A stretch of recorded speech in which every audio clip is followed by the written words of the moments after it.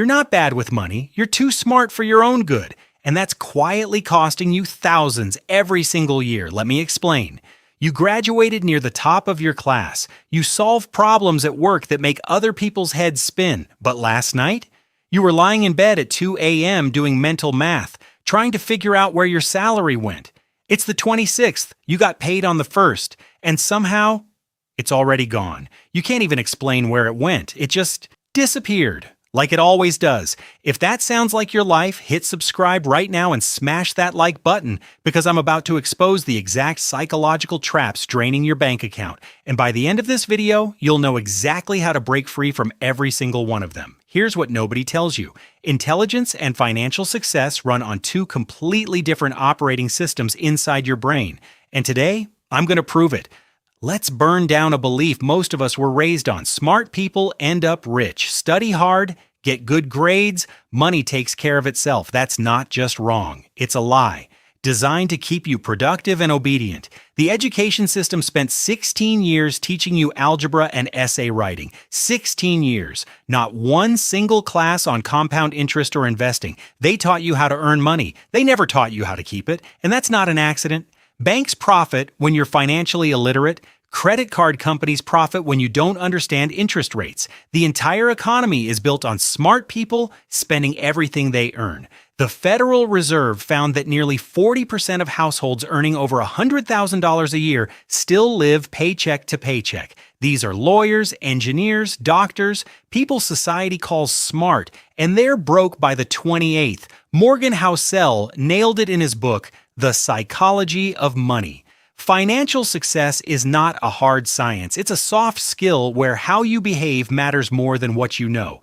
Your financial life is 80% psychology and 20% math. So let's talk about the 3 traps your brain is falling into right now. Trap number 1, overconfidence, bias. Your entire life, you've been rewarded for being right.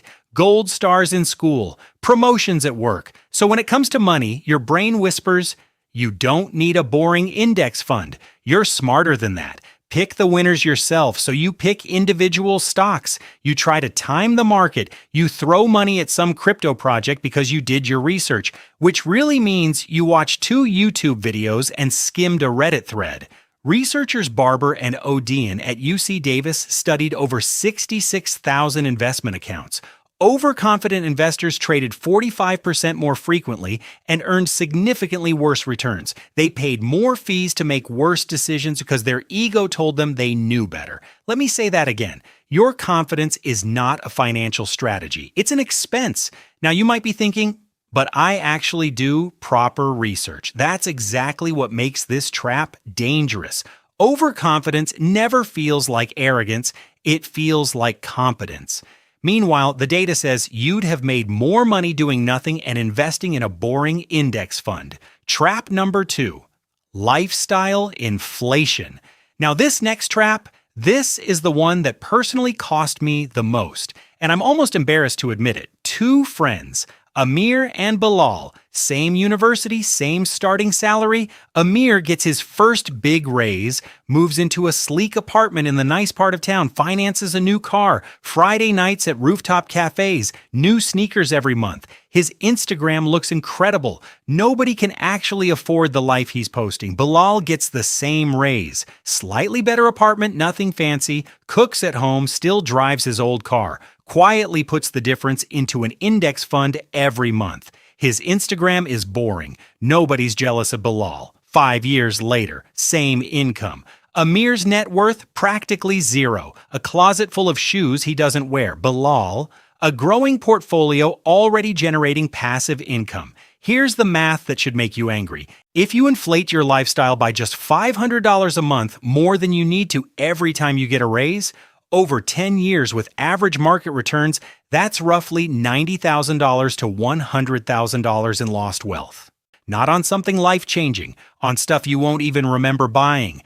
Lifestyle inflation is a subscription to looking rich while staying broke. Trap number 3, analysis paralysis. You've been meaning to start investing, so you compared 14 brokerage apps, read 6 books, bookmarked 40 videos, made a spreadsheet comparing expense ratios to the 3rd decimal point, and you still haven't invested a single dollar. Your money is sitting in a savings account earning 3 to 4% while inflation eats 6 to 7%. You're not saving, you're losing money slowly and calling it responsibility. Vanguard's research proves it. Time in the market beats timing the market. There is no perfect financial decision. There is only good enough, done consistently, started now.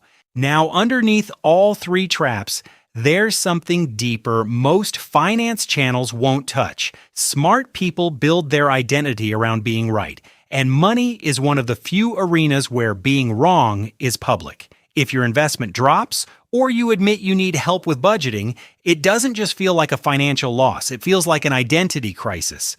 Daniel Kahneman called this loss aversion. Losses feel twice as painful as gains feel good. For smart people, it's worse because the loss isn't just money, it's ego. So you avoid risk entirely. You never invest, you never start, and the invisible cost compounds silently for years. You didn't lose money, you lost it to the version of yourself that wanted to feel smart instead of becoming rich.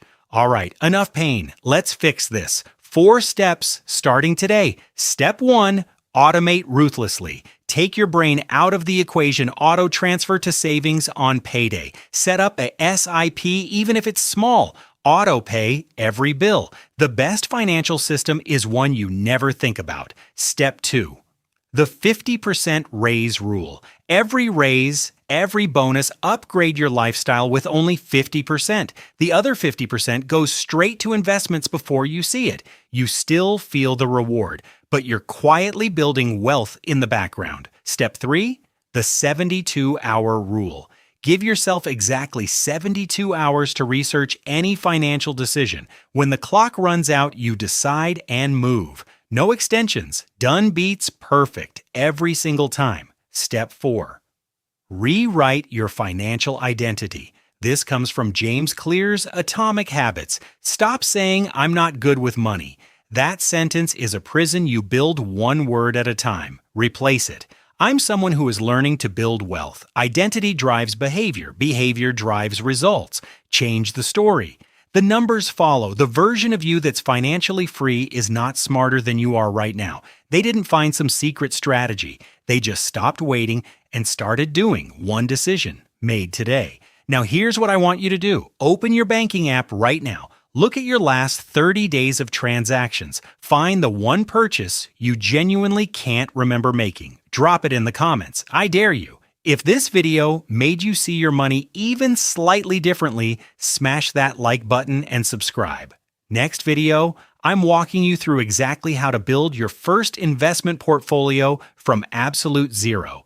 The only question is, will you watch that video as someone who started today or someone still thinking about it? I'll see you there.